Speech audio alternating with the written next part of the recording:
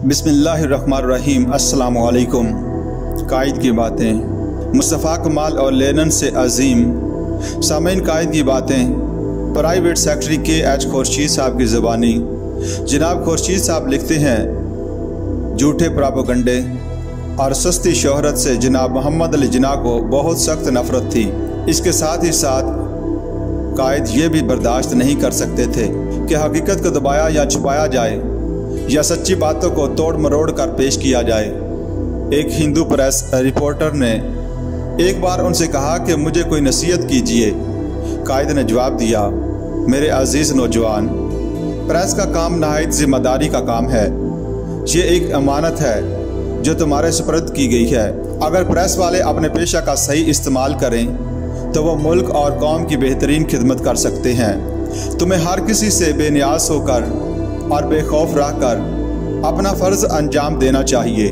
मुझे झूठे प्रोपेगेंडे से सख्त नफ़रत है। तुम मेरे मुताल्लिक़ और मुस्लिम लीग के मुताल्लिक़ जो देखो वही लिखो और यही तुम्हारा उसूल होना चाहिए।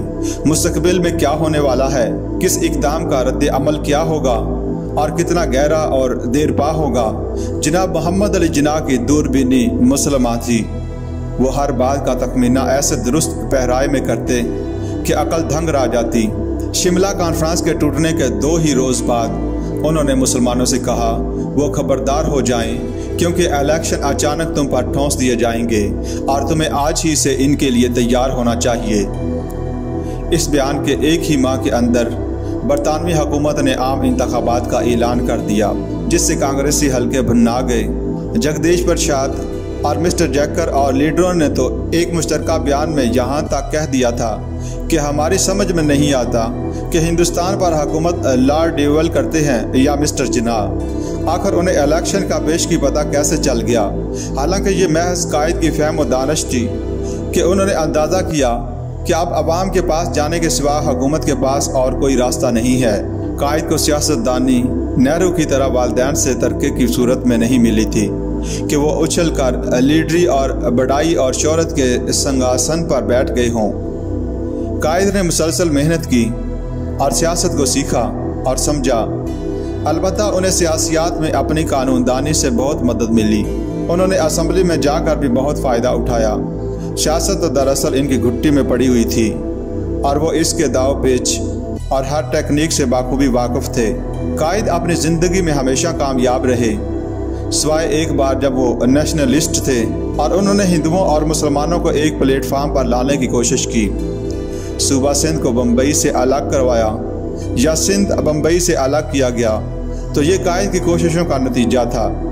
सरात को इस्लाहात मिली, ये भी कायद की मेहनत का फल था। और फिर बलूचिस्तान में इस्लाहात के नफाज का वादा कायद और मुस्लिम लीग ही की कोशिशों से हुआ। कायद को मरऊब करने और अपने रास्ते से हटाने की क्या क्या कोशिशें नहीं की गई। कौन सा जतन था जो हिंदुओं ने ना किया हो। झूठ के तोमार, गलत बयानों के पलंदे और बेबुनियाद इल्ज़ामात। मुखालफिन की तरफ से आज अगर गद्दार आज़म कहा गया तो कल इसी गद्दार आज़म को हिंदुस्तान का पहला वज़ीर आज़म बनाने की पेशकश की गई। फिर इसी होने वाले वज़ीर आज़म को दुश्मन नंबर 1 करार देकर कोर्ट मार्शल की धमकी भी दी गई। हिंदुस्तान के गरीबों का खून चूस कर बरलास सेठ का कमाया हुआ धन मुसलमानों में फूट डालने के लिए बेअंदाज़ा खर्च किया गया। कायद की प्राइवेट ज़िंदगी के मुताल्लिक़ अलिफ लैला के अफसाने तराशे गए, लेकिन ये सब मिलकर भी हमारे अजीम कायद को अपने रास्ते से ना हटा सके।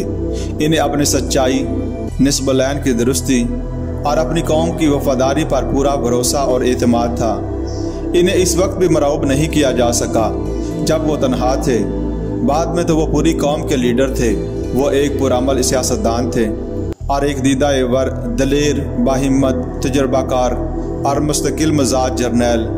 जनाब खुर्शीद साहब लिखते हैं, मोहम्मद अली जिन्ना ऐसे लोग तारीख ने कम ही पैदा किए हैं। एक ईसाई लीडर ने मिस्टर जिन्ना को लेनिन और कमाल अतातुर्क की सफ में शुमार किया। हालांकि मिस्टर जिन्ना का काम लेनिन और अतातुर्क दोनों से ज़्यादा मुश्किल और पोचीदा था। लेनिन का मुकाबला अपनी हुकूमत से था।